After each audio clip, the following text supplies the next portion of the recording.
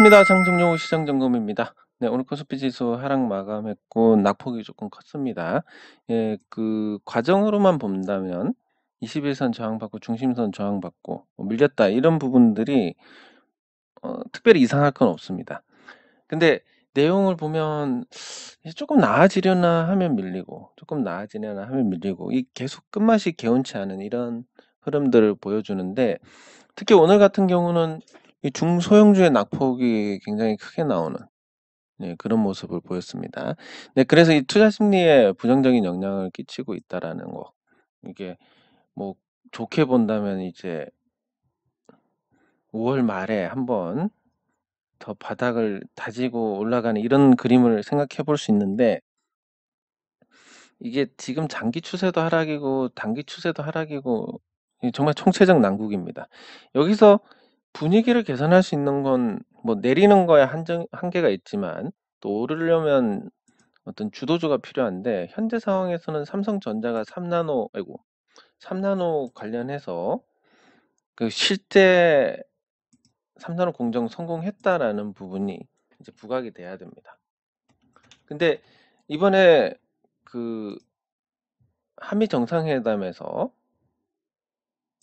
요 내용이 나왔습니다. 그 3나노 그 웨이퍼에다가 양국의 대통령이 사인을 하는 이런 모습을 이런 퍼포먼스를 통해서 삼성전자가 3나노 여기 있습니다. 3나노 반도체 웨이퍼에다가 서명을 남기고 이런 식으로 이제 3나노에 성공했다. 우린 양산할 수 있다. 이런 걸 보여주는데 그러나 실제 뭐 계약이 없기 때문에 삼성전자가 3나노 성공했네. 그러면 AMD도 계약을 하고 그리고 엔비디아도 계약을 하고 애플도 계약을 하고 뭐 이런 식으로 퀄컴도 계약하고 이런 식으로 뭐가 있어야 실제로 이제 이 3나노 성공했다라고 볼 수 있는 거지 아직은 저게 언플인지 실제 성공인지 모르는 상황입니다. 그래서 제가 말씀드린 그 유일한 우리 시장이 반등할 수 있는 어떤 유일한 모멘텀이 삼성전자로 인한 것인데 삼성전자가 3나노에 성공해서 양산 성공해서 5월, 6월에 그 계약건이 터진다면 우리 시장이 글로벌 증시 하락과 상관없이 좋아질 수 있다. 만약에 그게 아니라면 어설프게 좋아져 봤자 여기서 매물 소화하다가 일 다 보는 이렇게 지루한 시간이 계속 이어지는 이런 그림이 그려질 것 같습니다. 네, 그리고 잠깐 말씀드리면 제가 언급을 했을 텐데 요거는 이제 시황에서 언급을 했습니다. 9월 달 정도면 이제 금리 인상 효과가 나타나니까 이 그 긴축에 대한 강도가 좀 늦어질 것이다. 근데 이런 견해가 이제 그 애틀랜타 연은 총재로부터 나왔습니다. 그러니까 제가 먼저 말씀을 드렸고 이렇게 나오는데 이게 이제 맞췄다 이런 의미가 아니라 시장을 보는 관점이 다양하고 그 다양한 뉴스들이 쏟아집니다. 이런 지금 금리 인상 올릴 할 때가 아니다. 아니면 뭐 금리 인상 언제부터쯤 되면 효과가 나타날 것이다. 언제쯤 되면 아니다. 더 많이 해야 된다. 등등 다양한 의견들이 있는데 요 의견이 이렇게 부각이 됐다라는 것은 관심이 늘어났다. 이런 의미로 볼 수 있습니다. 그러니까 '아 이쯤 되면 멈추겠네.'라고 하는 생각들이 많아지고 있다. 이래서 부각이 되고 있다. 네, 요렇게 볼 수 있습니다. 네, 그래서 뭐 제가 개인적으로 생각해도 그렇습니다. 과거에도 금리 인상을 섣불리 했다가 실패한 사례들이 굉장히 많습니다. 그리고 그건 어김없이 장기 불황으로 갔기 때문에 그리고 지금 물가가 그냥 구조적으로 봤을 때는 물가 상승이 나오기가 어렵습니다. 이 공급망의 문제인데 공급망 문제는 공급망을 담당하고 있던 기업들이 이 코로나를 겪으면서 망해 가지고 이 공급망에 차질이 생겼다 이런 정도. 그리고 코로나로 위축됐던 부분들이 풀리면서 수요가 늘어났는데 인프라가 그만큼 따라가지 못해서 일어난 그런 현상인데 지금 여기에 돈을 투자를 하면 금방 풀리게 됩니다. 그리고 그게 돈 버는 방법이고 지금 컨테이너선 같은 경우는 갖고 오기만 하면 금방 회전을 시켜 가지고 돈을 벌 수가 있습니다. 그렇기 때문에 그 요 궁금한 문제는 시간이 지나면 해결이 될 겁니다. 네. 그리고 인건비가 오른다 이 문제도 사실 노동 시장이 제약이 돼서 그렇지 지금 인도, 중국 이런 외노자들에 대한 이민이나 아니면 취업을 허용한다면 순식간에 인건비가 떨어집니다. 물론 그게 바람직하지 않기 때문에 안 할 뿐이지 물가 상승이 너무 심해져 진다라고 하면 또 그런 방법을 타진을 할 수밖에 없습니다. 왜냐하면 여기 보시면 제가 얼마 전에 언급을 했듯이 요 관세 인하를 하게 되면 물가가 1.6% 빠지는 효과가 나타납니다. 그래서 중국하고 미국하고는 지금 사이가 되게 안 좋음에도 불구하고 그 대만 문제로도 예민한 상태고 예 그렇게 나쁜 상황임에도 불구하고 관세를 인하한다. 이걸 통해서 이제 물가 하락을 야기 예 도모를 할 수 있다라는 예 그러니까 물가가 점점 중요해지니까 이제 중국하고 관계가 나쁜 것보다도 더 우선하게 되는 예 그렇게 되면 지금 이민을 까다롭게 제한하고 있는 부분들이 또 나중에는 선별적으로 이민에 대해서 빗장이 완화가 될 수 있습니다. 인건비가 계속 올라서 물가를 자극하면. 예 이런 부분들이 계속 조치가 취해지고 있기 때문에 물가 상승에 대한 우려는 여전히 예 과하게 반영되어 있다. 예 그리고 순식간에 이 물가가 안정이 될 가능성이 있다라고 보는 게 맞을 겁니다. 그래서 시장은 지금 이 과한 우려를 반영하고 있습니다. 네 그러면 네 그런 부분에서 이제 앞으로 시장 전망이 만약에 물가가 계속 오르고 금리 계속 올려야 되고 유동성도 줄여야 되고 이런 상태면 사실 주식 시장에 희망이 없습니다. 그 희망이 없는 상태에서는 관세를 인하를 해도 재미가 없고 그리고 뭐 미국하고 관련된 수혜주들 반응 없습니다, 시장이 안 좋으면. 예 그리고 중국의 보복 조치 당하는 거 그런 거조차도 반응이 없습니다. 악재조차도 반응이 없습니다, 시장 투자 심리가 나쁘니까. 예 그리고 코스닥도 마찬가지로 그 코스피하고 같이 움직이면서 변동성이 크기 때문에 이 방향이 어긋난다라고 말씀을 드렸는데 예 당분간 코스피하고 움직이면서 더 높은 변동성으로 움직이게 될 것이고 그게 코스닥이 코스피보다 그나마 유리한 점 외국인이 팔지 않는다라는 거. 그리고 부정적인 거는 국민연금도 역시 코스닥을 덜 산다라는 거. 그러면 시장이 같이 무너졌을 때는 하방 경직성은 코스피가 낮고 그리고 지금 버티는 상황에서 상승을 한다라고 하면 외국인 매도로 얻어맞을 거니까 코스닥이 낮고 그리고 지금 아마 느끼시겠지만 지수하고 이렇게 개별 종목의 괴리가 컸던 적이 있느냐. 지수가 올라도 내 종목이 내려가고 지수가 내려가도 내 종목이 버티고 이런 모습들을 점점 더 자주 보실 텐데 예 결국은 이제 가치가 있는 종목, 실적이 있는 종목 이렇게 이제 그 근본적인 가치로 수렴하는 그런 과정이 될 것 같습니다. 왜냐하면 지금 시장이 어떤 특정한 거품이 낀 종목들이 주도를 했고 나머지 종목들이 따라 올라갔느냐 그러면 거의 안 따라 올라갔습니다. 물론 이 거품이 꺼지면서 충격을 같이 받는 경우도 있지만 예 그런 부분들도 이제 시장에 어느 정도 녹아 있다라는 거. 그래서 계속 말씀드리지만 인플레이션 시대에 현금 갖고 있으면 안 되는데 또 주식에 투자를 하자니 계속 박살이 나더라. 네. 그러면 어쩔 수 없이 주식을 사긴 사야 되는데 요 거품이 없고 그리고 인플레이션 추세를 받는 종목들로 가야 된다.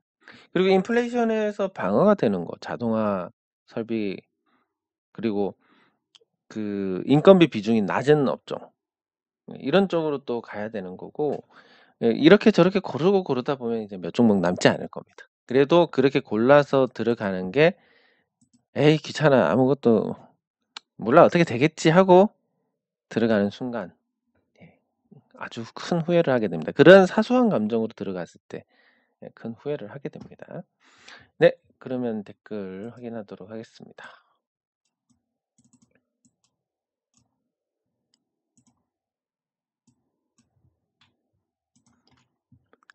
예 감사합니다. 감사합니다. 예. 6 월부터는 조금 나아질 거라고 보고 있습니다. 어떤 식으로든. 예 감사합니다. 네 감사합니다. 요거는 이제 락킹 전략이라고 하는데 이 기술력이 당연히 좋습니다. 기술력이 좋고 대체가 힘들다. 그러면 삼성전자 입장에서는 이 회사들이 이 주요 공급망을 차지하는 이 회사들이 삼성전자가 3자 배정으로 투자를 하는 것과 같습니다, 지분에. 투자를 하고 이 회사들은 그 자금을 기반으로 기술을 만드는데 그럼 삼성전자 입장에서는 자기네들이 투자한 자금으로 만든 기술이 다른 기업에 가는 걸 원치 않는다. 예. 그래서 이제 이 지분 투자를 통해서 이 락을 걸어 놓는 그런 개념입니다. 그게 포스코가 잘 그렇게 합니다. 그 상장 회사 중에서 포스코 지분이 있는 종목들이 여럿 될 텐데 이렇게 락킹 전략을 통해서 주요 고객사, 주요 공급사가 타 기업과 엮이지 않도록 이게 이제 공급망의 안정을 가져오니까 그렇게 하는 거고 그건 당연히 삼성전자 입장에서도 퍼줄 수는 없으니까 이 종목들이 기술력이 좋고 그리고 대체가 좀 어렵다라는 그런 종목들에 3자 배정으로 투자를 한다라고 볼 수 있습니다. 네, 그리고 뭐 예전에도 그 삼성 디스플레이가 SFA인가 거기도 지분 투자를 했었고 이런 락킹 전략을 하는데 기본적으로 그 종목들은 좋다. 하지만 삼성전자에 국한되기 때문에 성장성이 아주 폭발적이지는 않다라고 이렇게 정리를 할 수 있겠습니다. 근데 뭐 좋지 않은 종목들은 이런 기회조차 없기 때문에 무조건 좋게 보시면 되겠습니다. 그 좋다는 정도가 크냐 작냐의 차이지. 네, 감사합니다. 네, 감사합니다.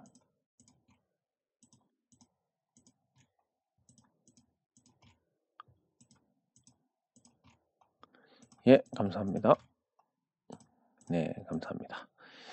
그러면 종목을 살펴보도록 하겠습니다. 오늘 살펴볼 종목은 매일매일 보는 종목입니다. 매일매일 보는 종목이고 그걸 계속 보는 게 이게 익숙해져서 내가 좀 아는 종목이었을 때 모르는 종목하고 비교를 하면 훨씬 더 심리적인 안정을 가져다 줄 수 있습니다. 네, 그래서 보는 거니까 매일 뭐 똑같은 종목만 보네, 맨날 똑같은 소리만 하네. 이것보다는 뭔가 목적이 있다라고 이렇게 보시면 되고. 네, 그러면 이제 지금 주목해야 될 종목이 이제 삼성전자입니다. 삼성전자가 주가가 반등하다가 밀렸습니다. 과연 지금 가장 중요한 게 3나노 양산이 맞느냐 아니냐. 언론은 되게 긍정적으로 지금 보도를 하고 있고 그리고 3나노 기판에 사인까지 했으니까 '진짜 양산을 하나.' 이런 생각을 갖게 되는데 만약에 그게 성공한다면 그리고 고객사를 확보를 한다면 TSMC가 이 14나노 이후에 14나노 이 핀팩 공정 이후로 아니 7나노 삼성전자에 또 역전을 당한 요런 그 한 번 예전에 얻어맞은 적이 있고 절치부심해서 다시 격차를 벌려놨는데 이번에 또 한 방 맞았다. 삼성전자의 저력이 예상보다 훨씬 더 막강하다라는 걸 보여주는 겁니다. 진짜 긴가민가한데 만약에 이게 맞다면 우리 시장이 글로벌 증시 하락과는 또 별도로 움직일 수 있는 모멘텀이 될 거고 그 삼성전자도 메모리 뭐 저기 디스플레이 그리고 가전 저기 뭐 뭐였지? 뭐 통신 장비 그리고 파운드리 이렇게 훨씬 더 다양한 이익군을 갖추게 됩니다. 이익 안정성이 아주 높아진다는 거고 그리고 삼성전자가 이번에 강점으로 평가받을 수 있는 거 자체 칩을 가지고 양산 수요를 만들고 있다라는 거. 다른 데서는 계약을 해서 갖고 왔다가 그 칩으로 뭔가 한다면 그럼 이건 고객사한테 돌맞을 일인데 자기 걸로 해서 뭐 양품이 안 나와서 손실을 본다 해도 할 수 없다. 이런 관점으로 가니까 훨씬 좀 유리한 부분이다라고 판단이 됩니다. 그래서 이게 이제 삼성전자의 강점인데 만약 타 업체하고 3나노 계약을 한다. 그러면 삼성전자가 한 방에 올라갈 수 있는 그런 모멘텀을 가질 수 있고 저도 거기에 대해서 굉장히 관심 있게 보고 있습니다. 예, 제가 뜸을 많이 들였는데 9월부터 지금 5월까지야. 작년 8월부터.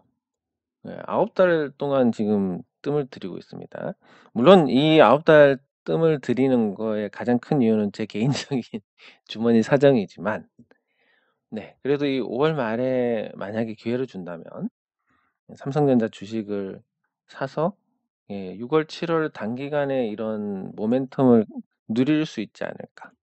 네 요렇게 보고 기다리고 있습니다. 그 계속 언론 보도가 많이 나오니까 '어 진짜 성공했나?' 이런 좀 의문이 드는 예 이런 상황인데 그 뭐 '성공을 했으면 좋겠다.'라는 생각을 가져 봅니다. 네 그리고 시가총액 2위 종목 LG 에너지 솔루션. 그 LG 에너지 솔루션에 대해서는 계속 같은 관점이지만 예 7월 27 일에 보호 확약 물량이 대량으로 쏟아집니다. 그럼 그때까지 주가 관리하는 게 훨씬 이득입니다, 비용이 들더라도. 예 그러면 공모가가 3 0만 원이니까. 공모 하한가를 가도 공모가를 하회하지 않으려면 그래도 위에서 팔 수 있으려면 44만 원 정도? 그래서 예 44만 원 정도는 돼야 계속 때려서 하한가를 가더라도 공모가 위에서 정리를 할 수 있습니다.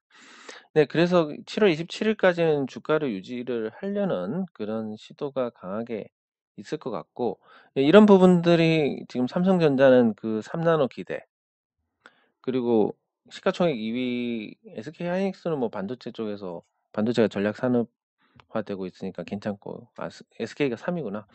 네 그래서 LG 에너지 솔루션도 7월 27 일까지는 주가 관리를 위해서 잘 버틸 것이다. 그리고 시가총액 상위 종목들이 상대적으로 잘 버틸 것인데 이거에 대해서 지수가 빠지는 건 굉장히 한정적이지 않겠냐. 예. 그래서 해외 증시가 아무리 망가져도 우리 증시는 많이는 안 빠질 것이다. 반대로 올라가려고 해도 매물 부담도 크고 딱히 모멘텀이 없기 때문에 삼성전자가 3 나노에서 성공했다라는 확실한 신호가 나오기 전에 올라가는 것은 사실상 쭉정이다. 요렇게 보시면 문제가 없을 것 같습니다. 예 그래도 이 개별 종목들의 상태를 보면서 지수가 충격이 강할지 약할지 정도는 판단할 수 있으니까. 예. 그래서 LG 에너지 솔루션은 7월 27 일까지고 7월 27 일은 물량 쏟아지고 나면 이제 그때부터는 정말 형편없는 흐름이 될 것 같습니다. 예. 그리고 그 과정에서 국민연금이 가장 큰 피해를 보지 않을까 이렇게 예상을 할 수 있습니다. 네. 그리고 네이버. 예 네이버가 다시 신저가입니다. 예 작년에 봤던 것과는 전혀 다른 흐름입니다. 작년에는 좀 내릴만 하면 올라가고 내릴만 하면 올라가고 예 그래서 제 기억으로도 작년에 네이버 선물을 그 종목 선물을 예 보유하신 분이 계셨는데 그 종목 선물 보유하신 분이 제 기억으로는 3 0만 원보다 훨씬 위에 샀지 않았나? 그래서 이 구간에 제가 '하 이 큰일 나겠다.' 했는데 큰일이 아니라 돈을 벌었습니다. 예 올라가서. 예 그래서 그때는 '와 진짜 이제 끝났다.'라고 생각했는데 또 올라가고 또 올라가고 '야 정말 신고가에서 올라가는 건 쉽구나.' 이런 생각을 했고 지금은 이제 내려가고 있습니다. 추세가 완전히 깨졌고 걸핏하면 신저가를 갱신을 하는데 이렇게 되면 이제 움직이지 않으려고 하는 투자자들도 '반등 때 한번 끊어 줘야 되겠네.' 이런 생각을 하게 됩니다. 그런 과정을 밟아 나가다가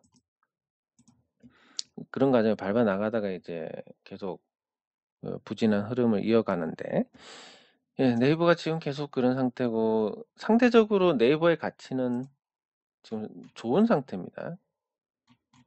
자산이 없는 기업 실적에 아니면 자산 가치나 이런 걸 봤을 때는 주가가 과소하다라고 평가를 하기 어려운데 근데 이제 문제는 뭐냐면 지금까지 갖고 있던 그 성장주라는 정체성이 과연 유효한가에 대한 부분을 또 생각을 할 수밖에 없습니다. 예 그러니까 코로나19 전에는 사람들이 이제 외출도 뭐 잘 못하고 사람들 만나지도 잘 못하니까 결국은 집에서 인터넷을 쓸 수밖에 없고 그러다 보면 네이버를 쓰는 비중이 늘어나고 거기에 따라서 광고 수익이 늘어나는, 그리고 라인도 국내에서는 잘 사용하지 않지만 해외에서 사용자들의 어떤 그 머무르는 시간이 늘어나면서 광고 단가도 올라가고 광고 효과도 높아지고 이러면서 이제 계속 성장을 할 것이란 기대까지 더해졌습니다. 근데 지금은 이제 코로나 끝나고 나니까 사람들이 사실 집에서보단 밖에서 활동하는 사람들도 많고 밖에서 만나는 사람들도 많고 이러면서 이제 평균 사용량이 줄어들게 되고 거기에 따라서 이제 광고도 당연히 효과가 떨어지게 됩니다, 돈에 비해서. 그럼 광고료가 깎일 수밖에 없고 여기에 따른 매출이 감소가 되는데, 그러면 그동안 번 걸로 다른 신사업을 발굴을 해서 성장성을 이어나가느냐라고 보면 전혀 그렇지 못하다라는 거. 그러면 얘네 성장주 아니네. 그럼 인플레이션이 지속된다. 공장이 있어? 공장 없습니다. 그 땅값 계속 오르면 어쩔 건데. 어쨌든 여기에서 자유롭지 못합니다. 예, 그런 부분에서 성장주도 아니고 지금 환경에서 인플레이션 수혜도 못 보고, 그렇다 보면 야 이제 자산 없이 이익 내는 회사들, 예전에는 프리미엄을 받았지만 지금은 프리미엄 받을 이유가 없지 않나? 오히려 자산이 있는 회사들이 열심히 가만히 본전치기만 해도 자산이 오르니까 이익 보는 거 아니냐? 요런 어떤 거대한 관점의 변화가 있습니다. 네, 그렇기 때문에 네이버가 그런 프리미엄을 제거를 하고 보게 된다면 여기서도 계속 반토막까지 빠질 수 있는, 예, 그런 부분이고, 이게 신저가를 경신한, 지수가 저점을 깨지는 않았지만 네이버는 신저가를 경신한 그런 이유가 아닐까 싶고, 예, 카카오도 계속 위태위태합니다. 예, 카카오의 강점이라고 하면 지금 이 모바일의 파괴력을 오프라인으로 가져가는, 예, 그런 모습인데, 그럼에도 불구하고 또 부정적인 건 역시 너무 비싸다, 돈을 못 번다라는, 예, 그런 부분이 크게 작용합니다. 영업이익 측면에서 올해 카카오의 영업이익은 많이 늘어날 겁니다. 근데 연결 기준으로 잡히는 거고 별도 기준으로 봤을 때는 뭐 크게 증가하지 않고 2020년 이후에 정체 상태. 그리고 그것도 말씀드렸지만 코로나로 인해서 사용자가 늘어난 상태에서 이제 좀 줄어들 것이고, 이런 부분들이 성장주로서의 정체성을 깨트리는, 네, 그리고 자산 없이 수익을 내는 기업의 어떤 프리미엄도 사라지는 이런 부분이기 때문에 계속 부진할 가능성이 크다. 많이 내렸지만 여기서 더 내릴 수 있다라는 거. 예. 그리고 그 더 내려도 고평가다라는 거. 이런 부분들이 충실히 주가에 반영이 되고 있다라고 볼 수 있습니다. 예, 이렇게 이제 지난번에도 한번 다뤘지만 거품이 껴서 꺾이는 종목들은 끝이 없습니다. 예, 끝없이 이제 거품이 꺼지는 상황이고, 그 거품이 꺼지면 제가 예전에 두산중공업에서 그런 걸 느꼈는데, 두산중공업이 한참 동안 17만 원을 찍고 한참 동안 가치 대비해서 높은 수준을 유지를 하고 있었습니다. 가치가 이만큼인데 이거는 보이지 않는 가치가 있나 생각했는데 결국 이렇게 떨어져 내려옵니다. 그래서 그 끝은 항상 저평가 상태를 만드는 것이다, 거품이 낀 종목들은. 예, 그렇기 때문에 섣불리 저점을 예단할 수 없고 들어가서도 안 됩니다. 네. 단기 반등이 있을 수는 있지만 지금 트렌드하고 맞지 않는 종목들을 사게 되면 시장이 좋아도 본전치기, 시장이 내려가면 예, 희망이 없어질 정도로 약세 흐름을 보이니까 예, 특히 더 경계를 하셔야 되고, 네, 그리고 예, 이마트는 그 반대에 있는 상태인데 똑같이 흘러갑니다. 네이버나 카카오하고 반대에 있는 상태인데. 네, 그래서 그 네이버의 부진은, 아니 이마트의 부진은 결국 증권사의 부정적 평가인데, 증권사에서 부정적 평가를 내릴 만큼 그게 근거가 합당하지는 않습니다. 하지만 뭐 거기에 따른 어떤 주가 반응이 나쁘면 어쩔 수 없는 거고. 예, 그러면 이마트가 이제 앞으로 실적 전망이 좋지 않은 건 지금 자회사로 잡히는 스타벅스라든지 이런 데서 좀 떨어질 것이다, 실적이. 근데 뭐 SSG 같은 경우는 사용자가 줄어들 수 있는데 스타벅스가 나빠질 거다라는 전망은 예, 저는 동의하지 않습니다. 왜냐면 이제 지금 이 커피숍들이 우후죽순 생겨났고, 그중에서는 이제 1,500원짜리를 파는 커피도 있고 또 뷰럴 무기로 7,000원, 8,000원에 파는 데도 있고, 근데 스타벅스가 4,900원인가 그럴 겁니다. 가격이 예전에는 비싸 가지고 스타벅스를 사 먹는, 스타벅스 좋아하는 여자들 보고 뭐 된장녀 이런 얘기를 했었는데 요즘은 이제 스타벅스 먹으면 알뜰합니다. 예, 다른 데가 너무 많이 올라 가지고. 네. 그렇다고 또 요 1,500 원짜리 사 먹기는 뭔가 좀 이 커피는 분위기로 마시는데 뭔가 좀 이게 안 맞고 그래서 스타벅스가 제가 봤을 때는 가장 좋은 포지션이 아닌가. 그래서 오프라인 활동이 늘어나면 당연히 좋을 것이고 뭐 스타벅스가 있는 건물의 입지는 굉장히 좋고 스타벅스는 항상 사람이 꽉꽉 차 있고 이게 계속 이어지는데 무엇 때문에 실적이 감소할 부분이 생길 것이냐. 예. 쪼금 동의하기 어렵고 증권사들 보고에 따르면. 근데 그리고 오프라인 매장도 이마트가 오프라인 매장 리뉴얼하고 이럴 때 보면 쪼끔 그 표현하자면 병신같이 합니다. 예. 그래서 리뉴얼 하고 나면 영 가기가 싫게 만드는 이런 부분들이 있지만 그래도 전체적으로는 이 코로나가 끝나고 이제 오프라인 활동이 늘어나면서 지금 오프라인 대형마트들도 나쁘지 않은 상태입니다. 그리고 영업시간 제한만 풀어주면 물류센터화 해 가지고 새벽 배송도 할 수 있고 잠재력이 크기 때문에 그리고 지금 온라인과 오프라인의 이제 문제가 됐지 대형마트하고 재래시장의 문제가 아니기 때문에 대형마트하고 재래시장이 싸우는 동안 온라인이 그 빈자리를 다 차지해 버렸습니다. 그래서 이런 문제들로 인해서 이제 규제 방향이 바뀔 텐데 그런 걸 보면 좋은 상태다. 근데 이마트가 계속 떨어지고 있다라는 부분. 그러면 이제 이런 시기에는 신저가에 대해서 좀 '타당하지 않다. 납득할 수가 없다.'라는 생각이 들게 되는데 그럴 때는 이제 저가 매수를 해도 되고 근데 네이버나 카카오 같은 경우는 저가가 아니기 때문에 저가 매수를 했을 때 문제가 커질 수 있다라는 거. 예. 요 구분을 잘 하시면 좋을 것 같습니다. 네. 그리고 그 하나 있었는데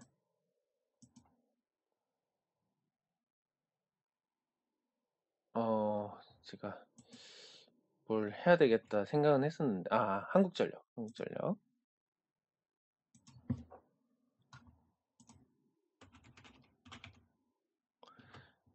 네. 한국전력이 최근에 흐름이 좋습니다. 대규모 적자에도 불구하고 흐름이 좋은 것은 결국 이대로 가면 전기요금 인상을 할 수밖에 없을 것이다.